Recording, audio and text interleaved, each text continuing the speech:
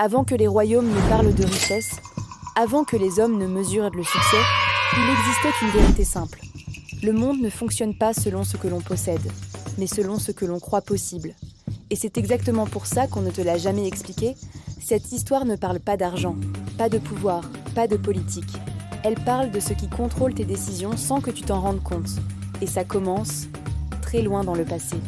Il y a bien longtemps, dans des contrées d'Afrique et d'Orient que les livres d'histoire ont souvent oubliées, les gens vivaient simplement. Non. Ils n'étaient pas riches au sens où nous l'entendons aujourd'hui. Ils n'accumulaient pas de biens superflus, ne couraient pas après la dernière innovation. Mais ils possédaient quelque chose de précieux, une sagesse que nous avons largement perdue. Ils comprenaient comment fonctionne l'esprit humain. Pas en étudiant des graphiques sur des écrans, ni en analysant des flots de données. Non. Leur savoir venait de l'observation patiente, de l'écoute attentive, de la connexion profonde avec la nature et avec les autres. Ils lisaient dans les regards, comprenaient les silences et savaient que les plus grandes batailles ne se livraient sans pas sur des champs de bataille, mais à l'intérieur de soi. Ils avaient saisi une vérité fondamentale sur notre propre fonctionnement, une vérité que notre monde moderne, saturé d'informations, a fini par noyer. Ils savaient que la perception crée la réalité et que maîtriser son esprit, c'était maîtriser son destin. Une leçon simple, mais d'une puissance redoutable. Au cœur de cette société, vivait un homme qui ne ressemblait à aucun autre. Il ne portait ni couronne, ni uniforme. Il ne commandait aucune armée et ne possédait ni terre, ni palais. Son nom était Salim. Et pourtant, quand il prenait la parole, les marchands les plus prospères, les chefs les plus craints et même les rois se taisaient pour l'écouter. Son autorité ne venait pas d'un titre, mais d'une compréhension profonde de l'âme humaine. Salim n'avait pas de pouvoir au sens traditionnel du terme. Son pouvoir, c'était sa clarté. Il avait passé sa vie à observer, non pas les étoiles ou les récoltes, mais les gens. Il avait percé le secret qui anime nos choix les plus irrationnels. Il comprenait pourquoi un homme intelligent agit contre son propre bonheur. Pourquoi une communauté prospère sème les graines de sa propre chute. Salim voyait les fils invisibles qui nous lient à nos peurs, à nos habitudes et nous empêchent de voir la réalité telle qu'elle est. Il était le miroir dans lequel chacun pouvait voir ses propres contradictions. Le savoir de Salim reposait sur une observation d'une simplicité désarmante, une vérité que nous refusons souvent d'admettre. Il disait « L'homme ne choisit pas ce qu'il veut, il choisit ce qui le rassure. » Pensez-y un instant. Combien de fois avez-vous eu une opportunité incroyable, une chance de changer de vie, mais vous avez préféré rester dans une situation médiocre, simplement parce qu'elle était familière? Aujourd'hui, les neurosciences donnent un nom à ce phénomène, le biais de sécurité. Notre cerveau est une machine à survivre, pas nécessairement à s'épanouir. Il a évolué pendant des millénaires pour nous protéger des dangers immédiats. Pour lui, une mauvaise certitude, comme un travail que vous détestez mais qui paie les factures, est préférable à une bonne inconnue, comme lancer votre propre projet avec un risque d'échec. Ce mécanisme est la raison fondamentale pour laquelle tant de gens se sentent bloqués, coincés dans une vie qui ne leur convient pas. Ils ne manquent ni de talent, ni d'opportunités. Ils sont simplement prisonniers de leurs propres besoins de réconfort. Et cette tendance individuelle, Salim l'a vu se transformer en tragédie collective. Un jour, une ombre s'est installée sur la région. Ce n'était pas une guerre, ni une famine. Les récoltes étaient moitié bonnes, les caravanes commerciales circulaient. C'était une peur plus insidieuse, le doute, l'incertitude de l'avenir. Alors, les gens ont commencé à changer leur comportement. Un fermier a décidé de garder un peu plus de grains pour lui, juste au cas où. Un marchand a augmenté ses prix, par précaution. Une famille a cessé de partager avec ses voisins, de peur de manquer plus tard.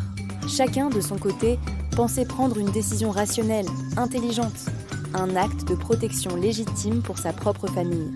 Mais ils ne voyaient pas la vue d'ensemble. En agissant tous de la sorte, mus par la même peur individuelle, ils ont, sans le vouloir, amorcé le début de l'effondrement. Le flux vital de la communauté a commencé à ralentir, puis à se figer. C'est là que Salim a rassemblé les anciens pour leur expliquer le piège invisible dans lequel ils étaient tombés. Quand tout le monde cherche la sécurité individuelle en même temps, dit-il, le système tout entier devient fragile. C'est un paradoxe terrible. Plus chacun cherche à se protéger, plus le danger collectif augmente. Aujourd'hui, La science des systèmes complexes appelle ça une boucle de rétroaction négative. Le mécanisme est implacable. Plus tu as peur de manquer, plus tu retiens tes ressources, tu bloques les échanges. En conséquence, le système économique et social se fige car il est basé sur la circulation. Ce blocage crée de la rareté et de la méfiance, ce qui, en retour, augmente la peur initiale. C'est un cercle vicieux qui s'auto-alimente. Ce n'est pas de la philosophie, c'est presque mathématique. Et c'est profondément neurologique. Votre peur nourrit le problème, qui à son tour nourrit votre peur. C'est un piège mental parfait. Et le pire arriva.